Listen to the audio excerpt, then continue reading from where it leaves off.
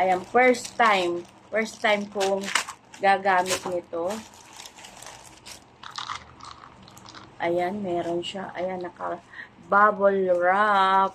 Ito ng gunting. And bakit po siya napili? Hindi siya po, sa mga feedback kasi, hindi siya glutathione.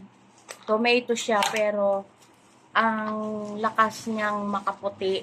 And also, may mga, ayan, kung nakita niyo, ayan, may mga pigmentation ako.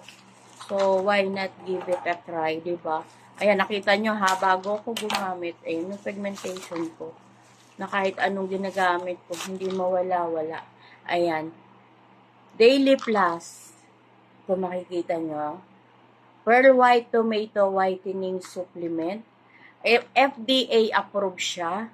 And also, meron siyang sunscreen. Kaya kung tama tayo maglagay ng sunscreen, bagay na bagay to, di ba?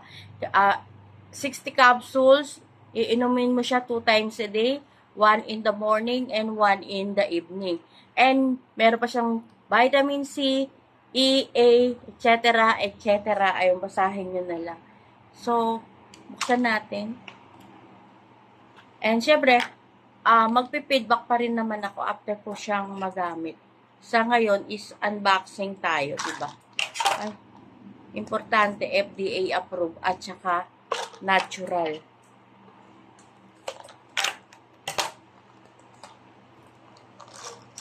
So, ayan siya. Puti. O, tingnan nyo kung mag-glow-glow ako ha after kong uminom nito. Kung ilang days siya tumalab. Ayan, yun lang guys. And thank you for watching.